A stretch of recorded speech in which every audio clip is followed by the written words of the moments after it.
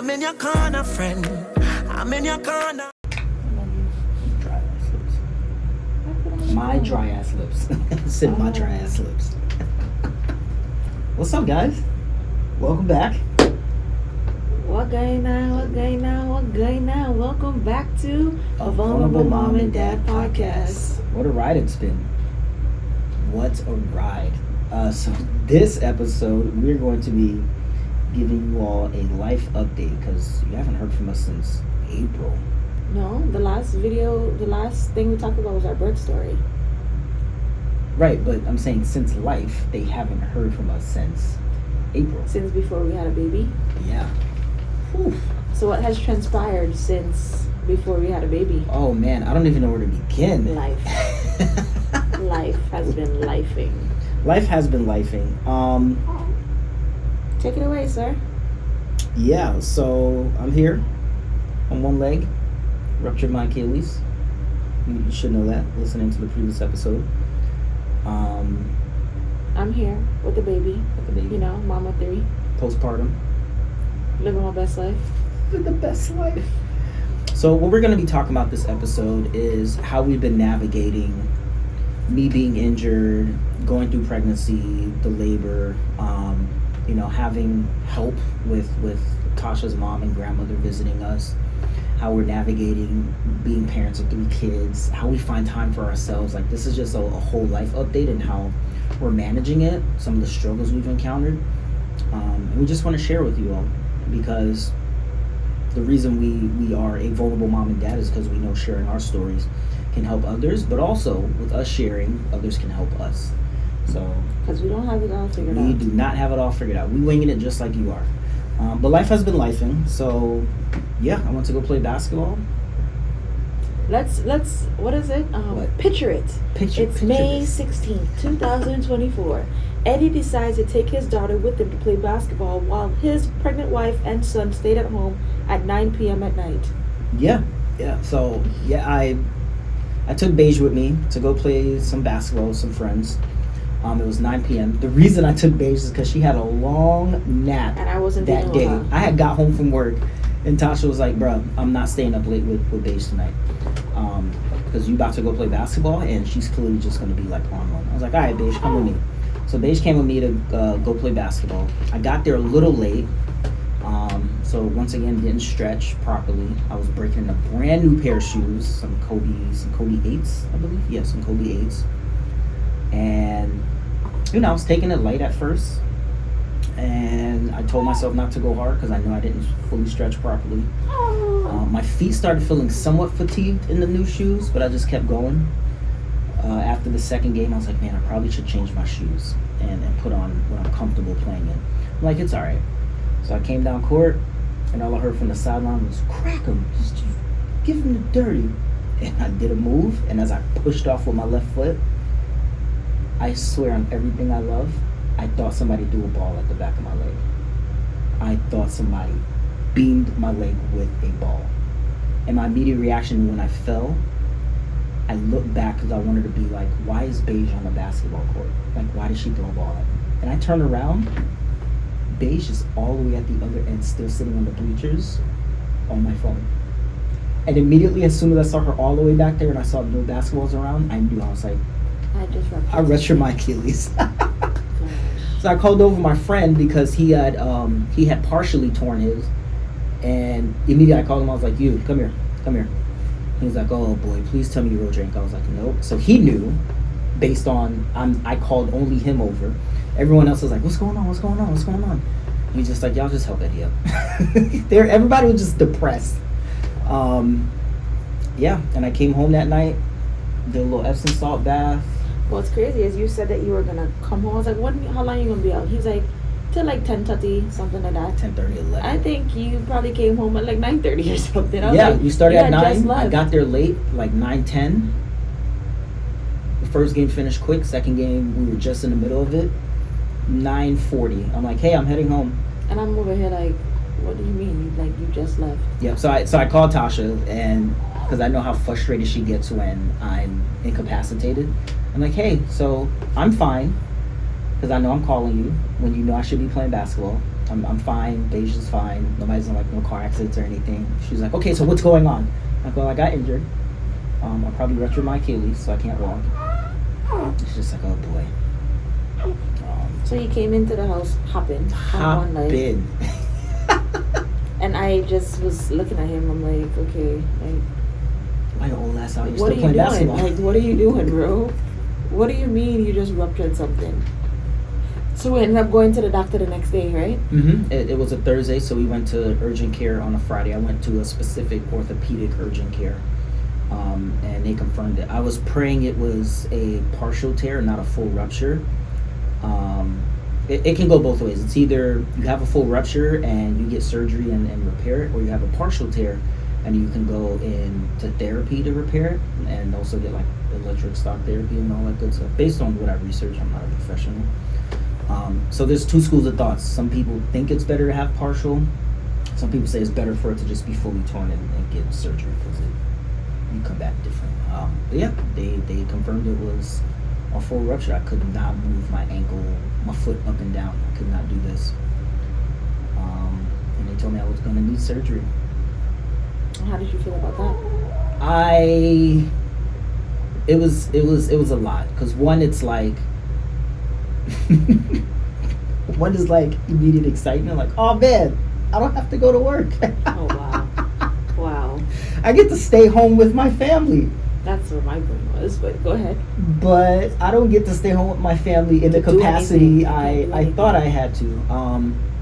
Look, I love my job. I love the people I work with. It can be stressful, but I needed the time off. And I know I can do vacation here and there, but I needed like a lot of time off. Mental unload too, yeah. Mental unload. And unfortunately, this was a gift and a curse. It happened. The timing, I think, was also good and bad, because now my other thought was, damn, I'm gonna be here. What am I gonna do differently to support Taasha in this pregnancy? I wasn't worried about insurance covering all that good stuff.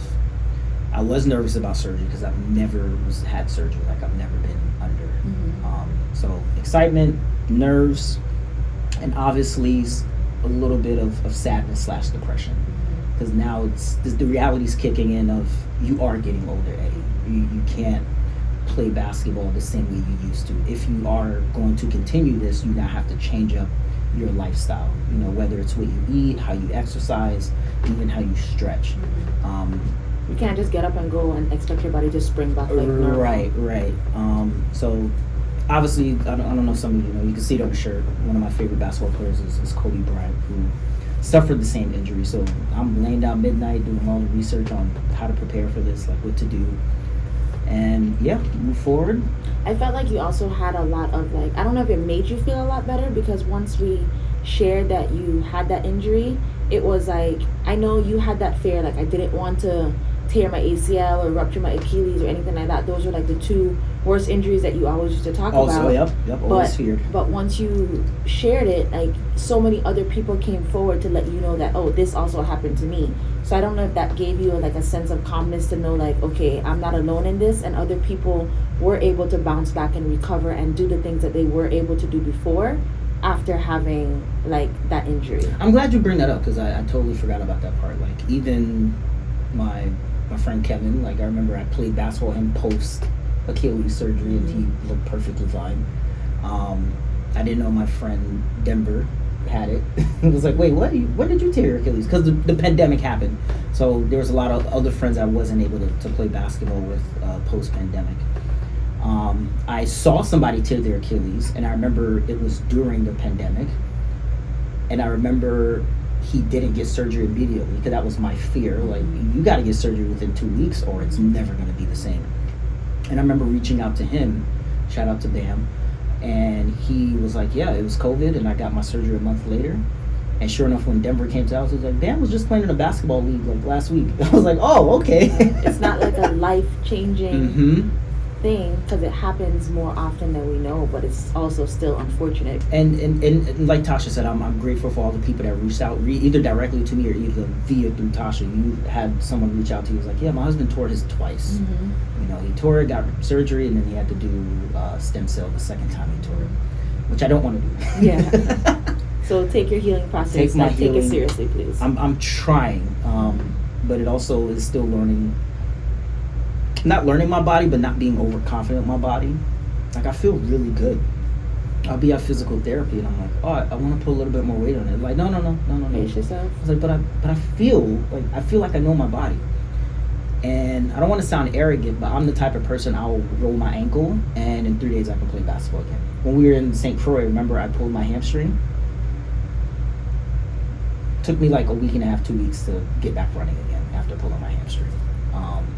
But also keep in mind, like we just said, you are getting older, and the things that you thought that you were able to just bounce back and do is not as easy to do now. But it's also being disciplined, because I remember specifically telling myself after I pulled my hamstring from that trip, like, Eddie, you need to stretch before you do activities.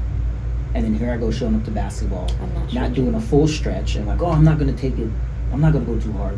And staying disciplined. Either I should have stayed disciplined and, y'all going to wait for me to finish stretching if y'all really want me to play, or staying disciplined and saying, yo, just really don't play hard. But yeah, here we are with a boot on post-surgery, and it was, I'm still having my ups and downs about it. Like, I really just want to walk again. I hate moving around the house in this computer chair. Yeah. Don't like the crutches. When you always say, like, I'm never going to take not walking for granted again. Especially the timing. You said it last episode, it's the summertime, man. Yeah. Like, you didn't really get to do much with the kids. Like, when you think about what summer looked like for us, it's like everybody had, like, activities or going away to, like, summer camps or just, like, traveling and all that stuff. We basically was in the house. Like, I was big and pregnant. It's summer. It's hot as hell. And you basically can't walk. And, of course, I didn't want to go anywhere, do anything by myself with these two kids because I have this big old belly. Right. So it's not like I can just get up and go to the park with Sage and like, let's go play soccer, let's go run around the track, let's go do basketball. Like, those are the things I wanted to do, even if we didn't do some form of traveling in the summer. All that was wiped out. Yeah. And it was just purely focusing on the pregnancy at that point. And we'll get into a little later with the parenting aspect, but we kind of lost our way a little bit with the parenting too. Like, we relied a little bit more on technology than we typically would. We've never done that before, and it's like, now I feel like we now have to shift gears with like school starting and all that stuff. It's like we got a little too like dependent on just use this, because right now I do not have the capacity mentally or physically to even like entertain you at this moment. So it's like, here, become a technology kid, and I'm just like, this is very annoying. Yep. It's something we personally don't like to do, but some sacrifices had to be made for everyone's involvement in stability. Yeah. Right. The other blessing, I don't know if I'm jumping ahead, but like your mom coming through. Well, I guess because in my eyes, I know she had her whole summer planned out. Like, mom was gonna go to Texas, Ohio, New York. Like, she had her whole summer planned out, but she did everything that she was going to do, and the ending of the summer was to come to us because she knew we were going to have the baby. Right, however, but she wasn't going to plan to come until beginning of July. You're right. She wasn't going to come, but she ended up coming earlier because of your injury. So it was like actually perfect timing, because she came and I was like, we actually needed you to come when you came, because if you came any later, we probably would have been like shit out of luck, because you were literally out of commission. You had just had surgery, and I'm just like, okay, how am I going to even like help myself at this moment? So my mom did come a lot earlier than expected. The week of my surgery. So I had the injury on the 17th of May. The surgery was like June 4th. And then she came like that Friday. Yeah. I don't get it twisted. Like, we have support systems here, but it's different when you have a different type of support living in home. And I'm just grateful for her, like, making that sacrifice on her end. Like, oh, well, I'm gonna cut my trip short to be there for my daughter and my son-in-law during this time. Like, I can't thank her enough.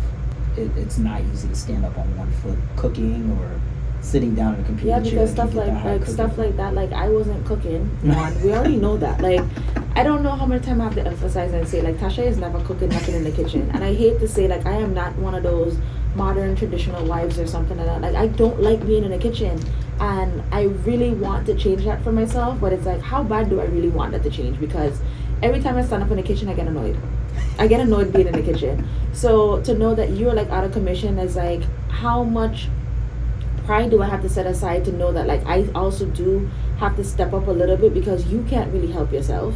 And I'm just like, I felt like I was doing a lot of work too, even being pregnant, like doing the laundry and doing all this stuff, because you had to lay down and rest yourself. Like, you just had surgery, and even though you just had surgery, there were still times that you had to like force yourself to get up to help, because like, okay, my wife is pregnant, I can't have her doing everything, but also you need to force yourself to rest because you can't be doing everything. But the point is, it's not that you were pregnant, you were at the end of your pregnancy. I was literally right? at the end of my pregnancy, tired of shit. Yeah.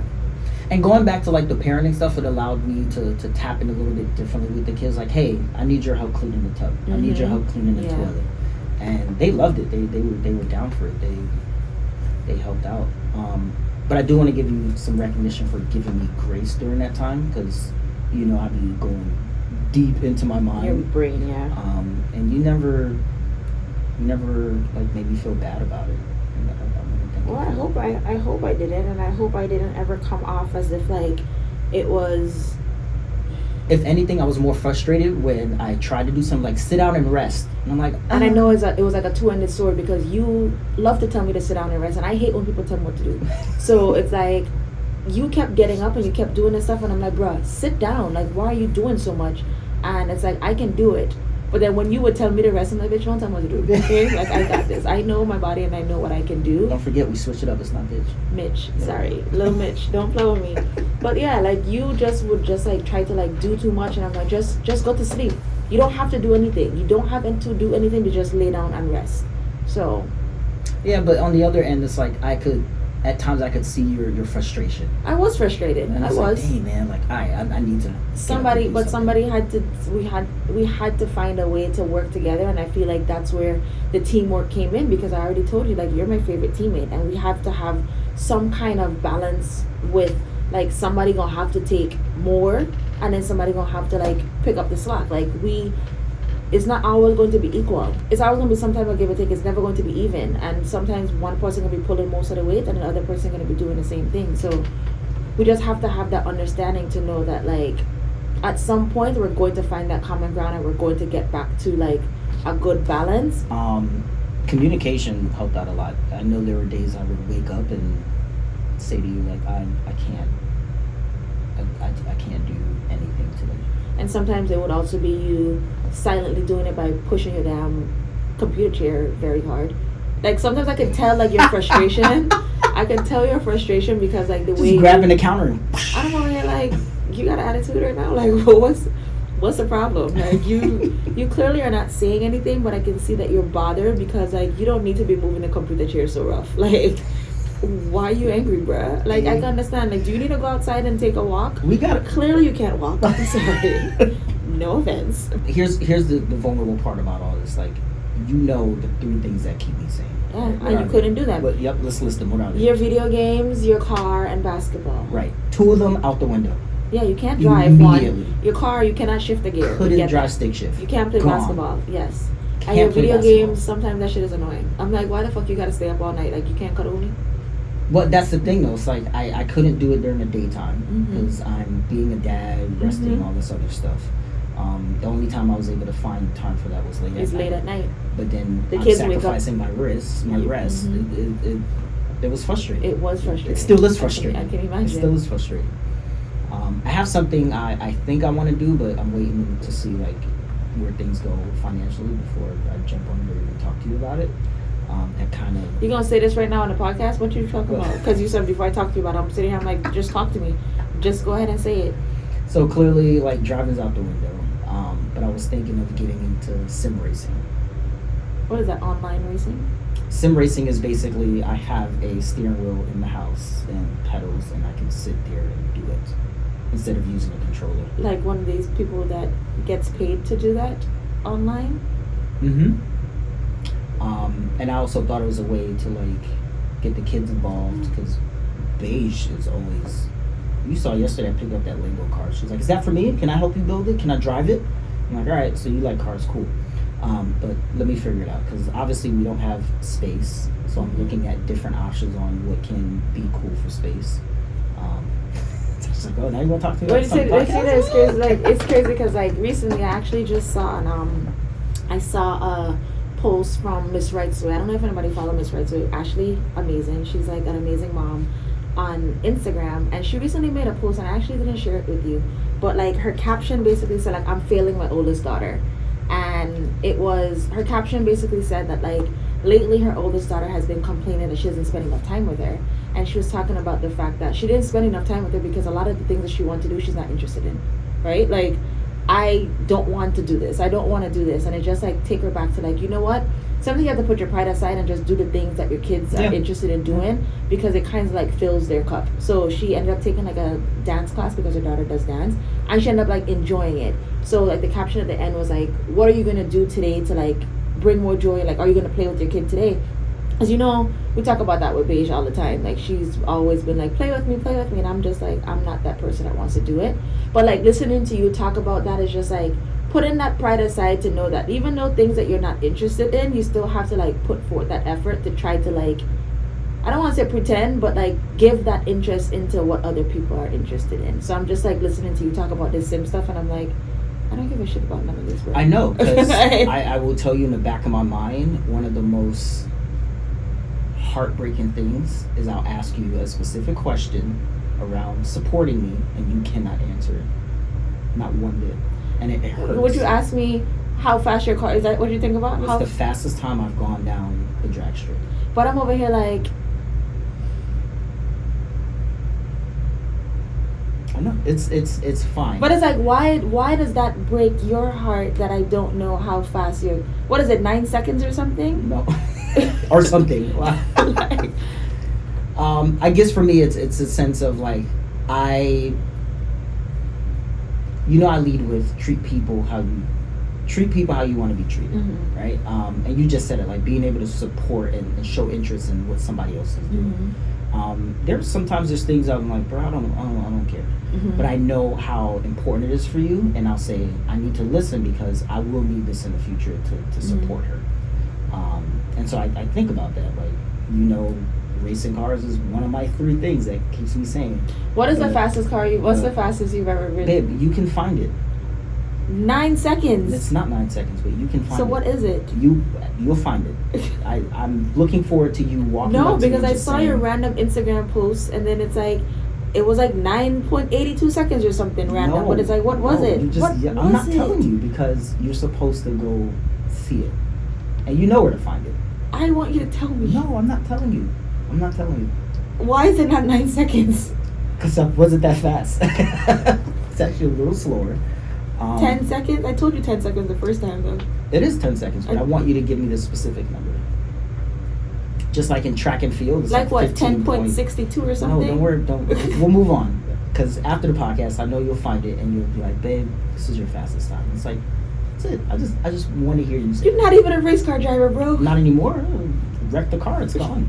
It's gone. Keep going, Mr. Vulnerable Dad. Keep talking. How else did I break your heart?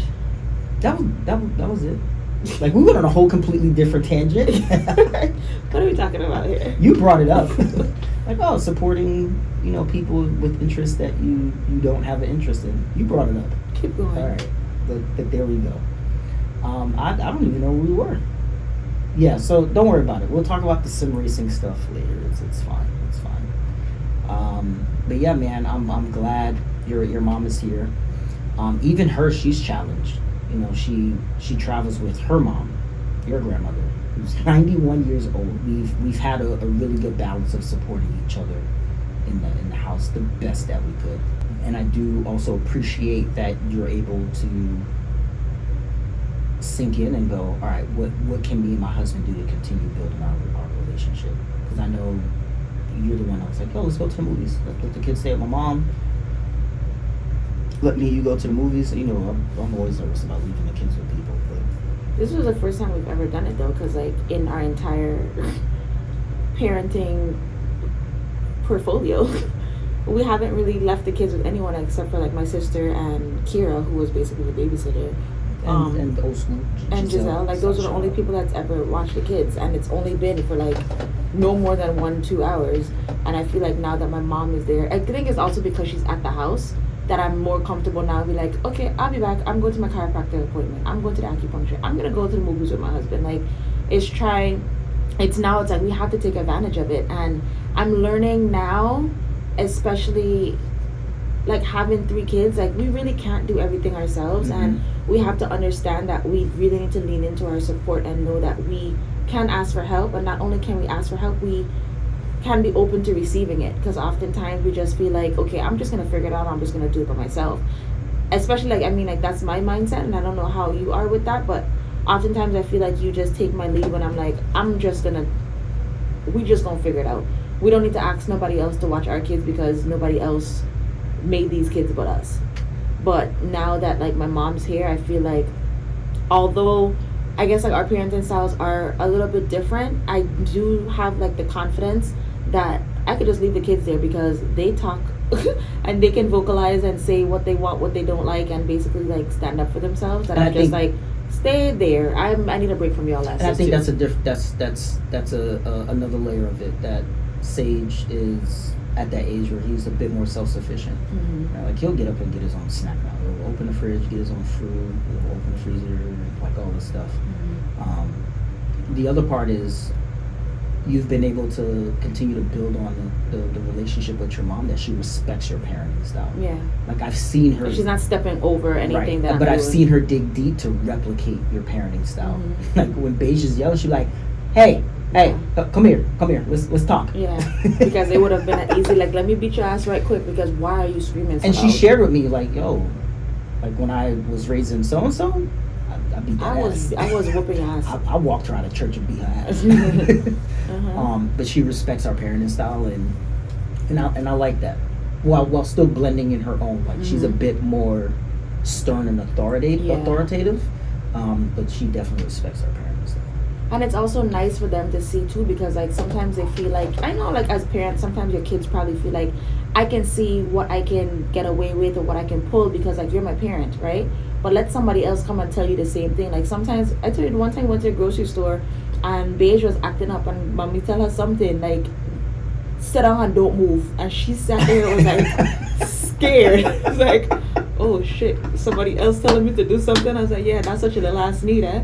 But it's like nobody was like yelling, nobody was doing anything, but just hearing that same thing from somebody else that was like more, oh, this is an adult telling me to keep still. Like Beige literally like in tip-top shape, like, okay, all right, let me just not do what I was doing. So it's nice to have people there to like support your parenting style and know that like you have that help, because oftentimes it can be overwhelming. And I know we've both been like, it's been taking a toll, because like sometimes one minute it's like, okay, I don't even know how to deal with this situation, but we balance parenting so well that it's like when you're overwhelmed, I'm like, okay, I got this, and then vice versa. I'm like, yeah, you know what, I'm losing my patience right now, you please take control of this situation. It's like especially over the last 3 weeks, like post-surgery, when Beige would lose her shit, I'd lose my shit. Yeah. Like I'd grab her a little bit, like, yo, go over here, like stop yelling, go fucking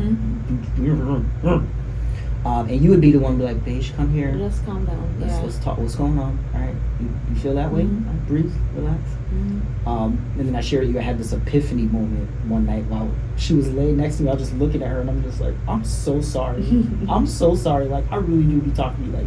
And then sometimes afterwards you're like, wow, babe, it is my parenting. Like, I just realized like something hit me at the light bulb, and all I do is like change the way I was talking, change my approach, and like she's receiving it a lot differently.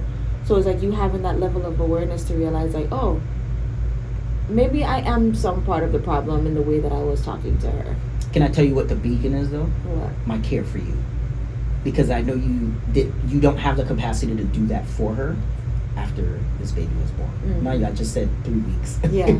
Like that change came literally after the baby was born. Like, yo, Tasha's not gonna have the capacity to be like newborn mommy, and like, all this focus on Beige. Like, I need to change something. What do I need to change? And I let this shit out. So you're actually the beacon on why that parenting change happened. Because I don't want to see you break down. And the truth is, I am trying my best to make sure, like, I don't think you will, like, you don't fall into postpartum depression. Like, I'm just like eagle eye watching, like, what do you need? Are you okay? But it's very scary, because it's like, I feel like everything is, I don't know, like I honestly don't know how I feel. So even if you would ask like, how would I feel at this moment, it's very hard to even like dissect it to understand exactly what's going on, because I have so many people around me. There's so much moving parts. Like, mommy's there, grandma's there. Like, this place that we live in is not that big, so it's like everybody's just like in the way. And I know sometimes, like, I can see it on your face, like you kind of get overwhelmed, like I just want my space back. But it's like, I know you want your space, but then sometimes I'm like, when you get your space, who's gonna also be there for me in that moment? Because there's that compromise. Yeah, because when mommy leaves, I'm go making upwards. Compromisation. Because when mommy leaves, I'm just like, okay, who's gonna get up and make me cream of wheat? Like, because you're not gonna do it. Like, you still recovering, and I'm just like, yeah, I know sometimes mommy can be buying a whole bunch of stuff that's unnecessary, right? Because she's coming and she's like seeing things that, oh, the house need this or the house need that. And I'm like, mommy, you didn't even ask me if we wanted to get that. Like, you're just buying all these extra stuff, and yeah, I'm grateful for it, right? I ain't never gonna say no to you buying me anything, baby girl. No. I ain't gonna do that. But it's just like, there's just a lot of clutter. There's just a lot of crowding in the space. And I'm just like, when that all like dissipates and move, I'm just like, okay, how am I going to mentally manage having all of these kids around me, or just like being able to fully perform well as a wife and as a mom and take care of myself in the process? Like, I haven't settled down to even think about that. What's that going to look like? Because I honestly don't even know when mommy's leaving, and I don't even want to think about it, because even if I know when she's leaving, I'm just like, shit, now I have to like prepare for that, and I'm not mentally ready. And I shared with you the joke I had with her when me and her went shopping. I saw instant cornmeal porridge on the shelf. I'm like, oh, I'm gonna have to start buying that when you leave. Yeah. Because Beige love your hot cereal. Yeah, like, and it's hard. I can't make hot cereal like y'all do. Like, y'all, shit's delicious. And Tasha's not getting up in the kitchen to make it. Tasha can make it. I can. But you know, we already established how I am in the kitchen. But yeah, it's give and take. I think about the shelf in the laundry room. Like, our laundry room was somewhat getting cluttered. We still had it organized. And then here I go walking in there one day, I'm like, oh, shelf. Yeah, we needed that. Like, thank nice. you, That's Mom. That's so like genius. But it goes back to knowing where our own mental capacity is. Like, we can't just look in the laundry room like, oh, I need this. While we're also parenting, doing financial. And sometimes, you know, you need that bird's eye view, or to like take a step back to realize the outside view, the outside perspective. Yeah. So we've been so heavily like consumed in new parenthood and these changes, because like a lot has changed within the past couple of months. You got injured, so that looked a lot differently with you being able to help around the house. But then also you being home more looked a lot differently, because I'm used to being at home with the kids by myself. So a lot of times I always want you to be home, but sometimes like when you would be home, I would get it would throw me off, because I'm so used to like my routine and my structure that I'm like, bro, you are in my way. Even though I'm like, I want you to be home, but then you're here and I'm like, bro, I can't do the shit that I normally want to do, because I'm just like, babe, what are you doing here? I'm not using it. You don't got work today? Like, why are you here?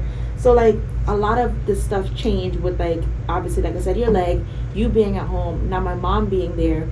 So there's been so much focus on like the pregnancy, having to worry about like having the newborn, and then the kids adjusting to being older brother and older sister, and them not necessarily regressing, but like how they're adjusting to having a new sibling. Is like, what time have we really had to like not take care of ourselves, but like how have we even been nurturing ourselves as a relationship? Because I feel like that has been thrown to the back burner, even though it's like, yeah, I love you, but there hasn't really been much of, I mean, what have I been saying to you every day? You miss me. I was like, I miss you. I know, and I want to cry right now. Like I miss you. What the hell? Even yesterday. Look at my face, babe. Even yesterday, we had a little joking moment. He was like, hey, can you tell me if I have more? You okay?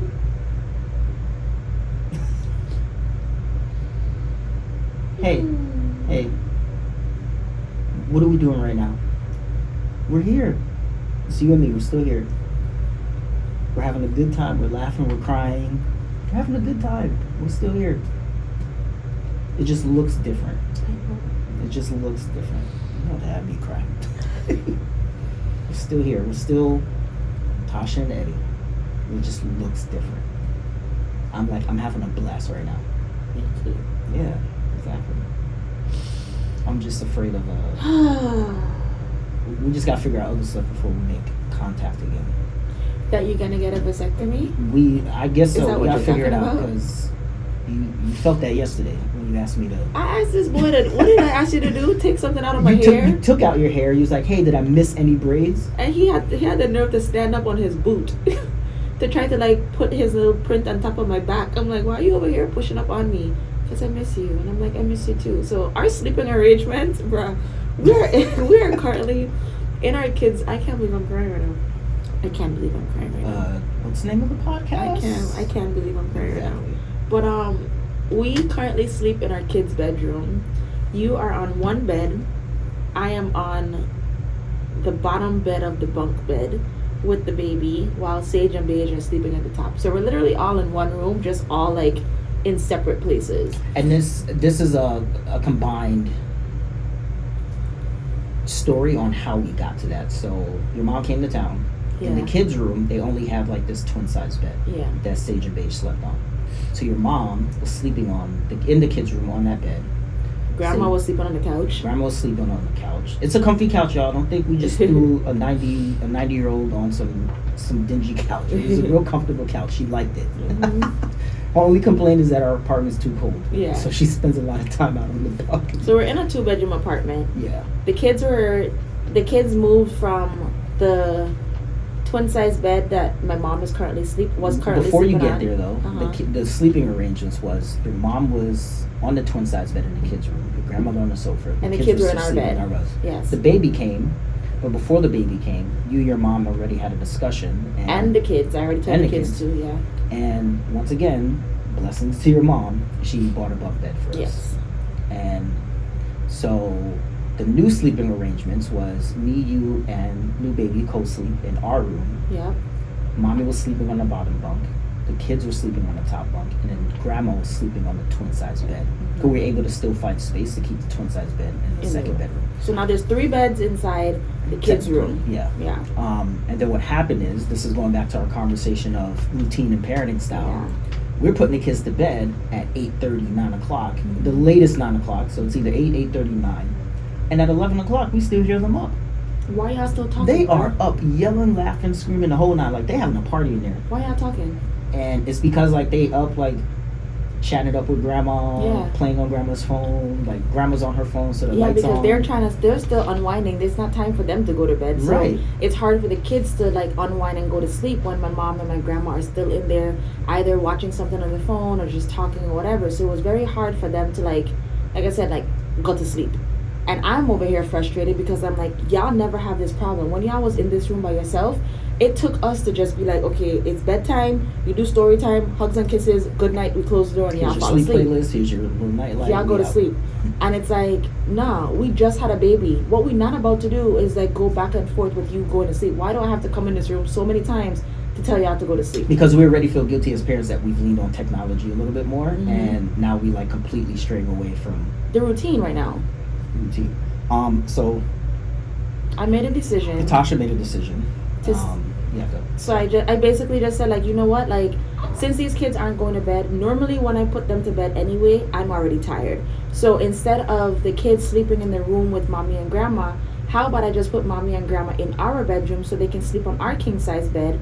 And because there's already 3 beds inside of the kids' room, let me and Eddie and the baby just move all inside the bedroom. Because when the kids are ready to go to sleep, I'm not gonna go to sleep anyway, and then Eddie could just like stay up at night and come to the room whenever he's ready to do that. So that's our new sleeping arrangement. And it worked out, because then when Taasha brought it up to me, I said, you know, the other beneficial part of it is our 91-year-old grandmother did share with me, like, I don't like stepping over to get into the bathtub. Where in our room, it's a stand-up shower. There is no barrier there for her to step over. So I was happy that we were able to find that compromisation. And like even last night, like something weird, because like I know Beige misses me. I understand that. Like she's been very like tantrumy. I don't want to say tantrumy because like she's just she has a strong personality. She has a very strong personality. She's her mom, just in child form. She wants what she wants when she wants it, and then when she doesn't get what she wants, she's literally flipping a shit. It takes a lot out of us to get her to that calm state. And that's where I had to sit back and reflect, because my mind was, Beige, you're losing your shit. Like, you're not giving me a chance to explain to help you and explain. You're losing your shit while we got visitors. So now you're embarrassing me. So I had to remove that. Like, wait, why do I care what other people think? So I had to remove that when I made that parenting change. And then just realizing that she's 3 and she's a human being, like she's a person. Like there's a lot changing for her as well. Last night she decided that she wanted to sleep on the bottom bunk where I normally sleep because she wants to cuddle me. So I was like, you know what, Beige, whatever, just sleep on the bottom bunk, just sleep there. And now Sage decided he wanted to cuddle Beige, so now Sage is on the bottom bunk, and I'm like, I'm not about to fight with both of y'all tonight. So Sage and Beige both slept on the bottom bunk last night, which is the place where I normally sleep, and I slept on the couch because I'm like, I'm not about to try to fit all 4 of us on top of this bottom bunk.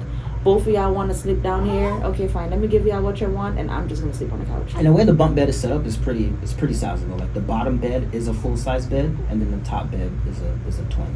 But yeah, sacrifices have to be made, and we're just trying to figure it out day by day. For those that don't know, I've been homeschooling the kids. The kids have been at home with me for basically their entire existence. I've experienced a lot of burnout to the point where I've like said, I don't like being a stay-at-home mom, or I can't do this. And it's like, if you have the opportunity to get help, or if you have another way for you to like, get assistance, like why not take it on? Like why do you have to burden yourself and feel like you have to do everything yourself? So we came to the conclusion that we are going to enroll Sage into a school that'll give me more of a break to be able to focus on Beige, who I feel have gotten like the short end of the stick for a lot of, I don't want to say a lot of her life, but like she's 3, a lot of her life. Yeah, like Sage got so much of us as new parents, as first parents, and then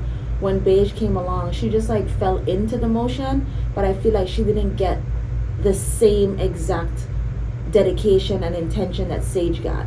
So I feel like good choice of words, because I was like, it's not the attention she getting. Yeah, she got a lot of attention. Dedication and intention. Yeah, she got a lot of attention. Yeah. It's just like the intention to be able to like parent her or teach her the way that we did with Sage. She didn't get any of that, and I feel like I know when she finds out that Sage is gonna go to school, she might want to go too. But I feel like I have to now switch gears to find fun things for us to do together. I actually think she's gonna be excited to be like, wait, I get to stay home with mommy? Hell yeah. We'll see. You may have to do like a little mix and match. It's like, you're gonna stay home with mommy, but you're still gonna have a book bag. Yeah, like you still have to go to school. Like we still have like, to here's find a book things. Bag. Yeah, I still have to find things to do. So I'm like kind of excited because now I'm just gonna be with both of the girls at home. And Beige loves to help. Yeah, so I'm excited to see how that's gonna go. I'm really focused on like creating a new routine to see like what that's gonna look like. But I also want to like intentionally find time because I don't know when you're going back to work, and I don't know when my mom is leaving, and I really just want to like have more intention to like dedicate time for each person. Like me and you as a partner, like we need to never forget like where the grounding and where the root is, because we are literally the foundation of our family, and if we're not okay, then how are we going to expect to be better parents? And I just feel like that has just been, and the thing is like we always find our way back to each other. I just don't want us to drift so far apart to the point where we can't get to like a common ground to realize like it's always going to be us before them. I will say I've seen you try to find that balance. So like you push yourself to get a lot of work done, you know, not just this podcast, but you know, social media content, maybe managing other social medias. But then I'll sit there and you'll go, I'm gonna watch the Olympics with my husband. I like the Olympics, my husband likes the Olympics, like this is our time to spend together. And you said it the other night. I was like, hey, you look tired, go to sleep. He was like, bro, everybody just left the house. We had some visitors over. He was like, everybody just left the house. I just want to spend time with you. I just wanted to sit here and watch like the Olympics with you. I was like, but you died, you falling asleep. I would rather fall asleep knowing that you're right next to me than know that I just want to be around you. And oftentimes we don't have that time because like even when we lay down next to each other, 2 seconds later the kids are there. Can I come lay with you too? And I'm like, bruh, I'm here with my husband. Why you gotta be all up in our space? But and I enjoy it. It's beauty in its own sense because they see us do it. They just want to be a part of it. I get that. And that's why you had what happened last night. Like Sage is like, wait. Beige want to cuddle you? Like, I want to cuddle too. Yeah, like come on, man. We're just one big affectionate family. Big loving family. That's what it is. So sometimes when people be like, don't forget about your partner, and it's like, yeah, our kids are still part of our love. I can't say triangle anymore. It's a square. It's 5 pentagon. Like our love pentagon. But like they are part of it, and they see savage pentagon. They see how much we love each other, and they just want to be part of it because they are part of it. And our love basically just is a reflection of like how they are. They just want to continue to share their love. So I'm glad we're doing a good part in making them feel loved, and I just hope that you feel it too. I do, because there's even times like and I've shared with you, where if you're on the computer working on the couch right next to me and I'm playing video game, I'm like, I'm just glad you're in this Here vicinity. next to me. You don't gotta watch what I'm doing on this video game right now. Like I don't care. Like you just being next to me, feels so good. Thank you. But I do miss the cuddles. I know. Touching me. You just want to have sex with me, don't you? No, Or you just want to cuddle me? I just want to cuddle you. I want to cuddle you too. You know, we still do our hugs, our daily hugs. We still do It's our not daily long hugs. enough though. It's not long enough. You know, but I miss being the little spoon. I miss being the big spoon. And it's very hard because like there's now a baby just there. Hey. You just all up on my titty. Like I didn't even have a chance to hold on to my husband. But I don't see it getting like too much in the way because I don't feel like we have a big problem with communication. Sometimes it might not be like right there in the moment because I can see the frustration sometimes on me and you, and I'm just like, okay, what's happening? The other part is I feel like our nonverbal communication has It's elevated so much. Not loud, yeah, loud for us. Yeah. Like it's elevated so much. Like we just give each other a look and immediately know like what that means. Like I shared that reel with you with the guy. Like, let me find something to clean because my wife is cleaning. Like that's nonverbal communication. Like, oh, you sweeping? We just send reels to each other too. I'm gonna go do the dishes and the laundry, and I'm gonna do everything else. You done sweeping? Now go rest. We're a really good team, and I feel like even in this postpartum phase, like we literally help each other out so much, and I feel like it has been just a good help because like I don't have to do everything by myself. You don't have to do everything by yourself. And it's like, okay, you about to bathe the kids? Okay, I'm about to get the clothes out. You about to do story time? Okay, I'm gonna go outside and sweep. Like it's always some kind of give and take between both of us that is like, I don't feel like either person ever feels like the weight is always on them.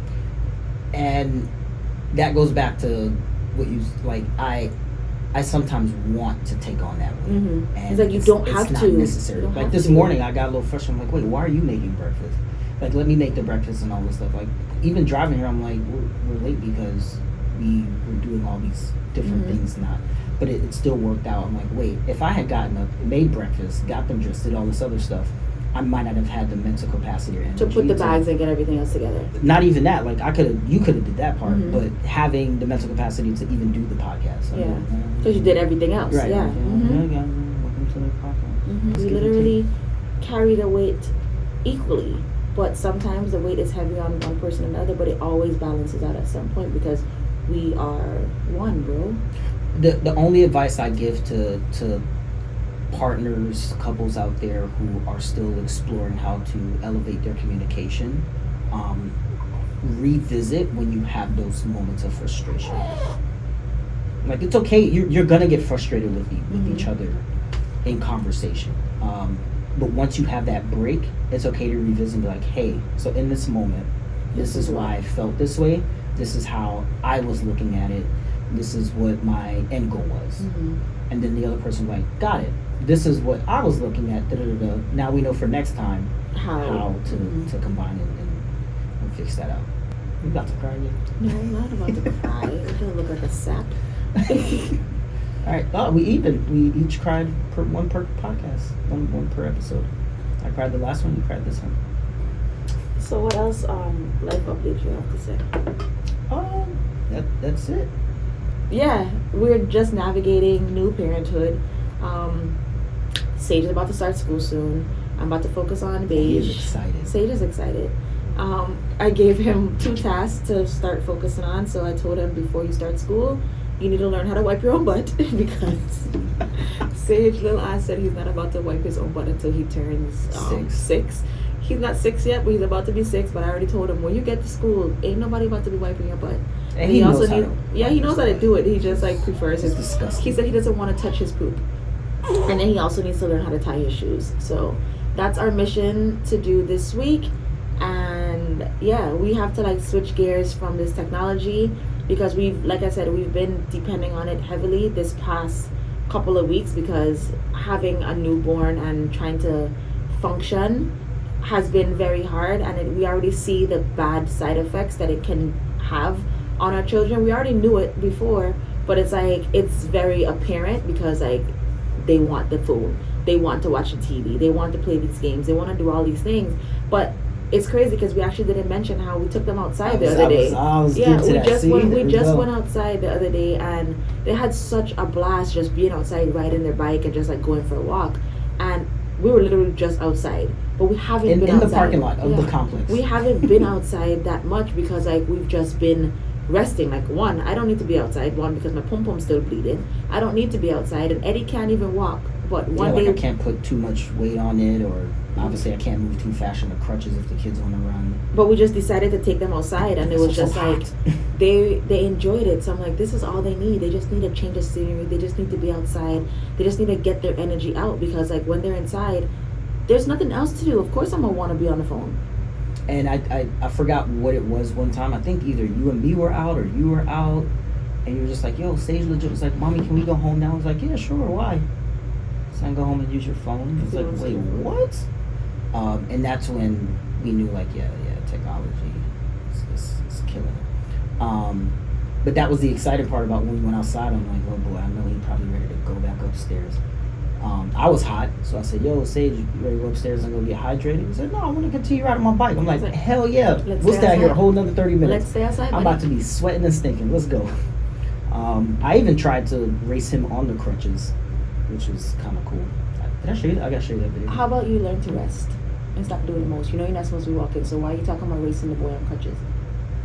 Okay. So in the conclusion of us trying to, talk about our life update and everything that we've been going through, we just need to, like, what is the takeaways that we got from this? Like, rest is very important. Rest is very important. Continue to communicate. Ask for help. Like, continue to ask for help. Like, receiving help is not a bad thing at all. And routine is crucial. Consistency. Yeah. And discipline. Like, staying disciplined. Finding your way back. Like, it's okay to stray away from, like, what the path was, but it's always good to know, like, how to get back to your center.